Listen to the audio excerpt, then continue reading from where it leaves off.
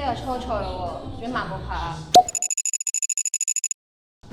係咯，我哋練咗咁耐，你咁樣會連累大家㗎。Isabel 冇咁講啦。對唔住啊，我會再練㗎啦。你隻腳，冇事，我哋去個廁所先。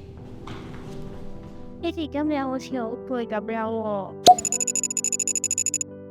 係咯，Haley 隻腳好似真係有啲事喎，你估聽日會唔會影響到我哋比賽㗎？如果佢真係跳唔到，咁點算啊？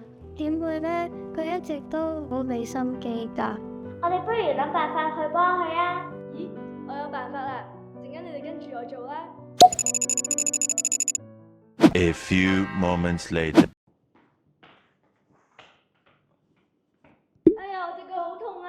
你 Cole 你點啊？我好似扭親隻腳啊，我聽日可能跳唔到舞啦。你高姐姐，你唔好嚇我哋啦！嚇，咁聽日嘅比賽點算啊？唔緊要，我哋一條 team 嚟㗎嘛，6個人一條心，就算受傷，其他人都一定要撐住佢。我哋比賽唔係最重要，我哋一條 team 一齊行先最重要㗎嘛。對唔住啊，其實我隻腳上個星期已經扭親㗎啦，但係我驚連累你哋，所以我一直都唔講出嚟。其實我扮傷嘅咋，我淨係想同你講，我哋6個人一條心，有困難就一齊面對。我哋一齊撐過去啦！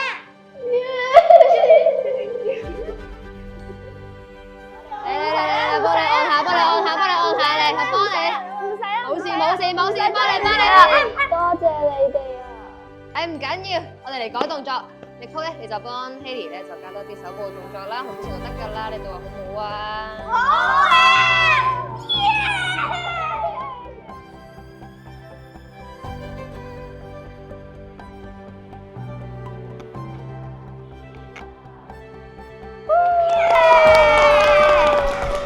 原來受傷都可以跳得咁靚嘅。我哋以後都要一條心撐落去。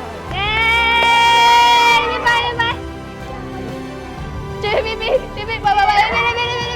住嗰啲，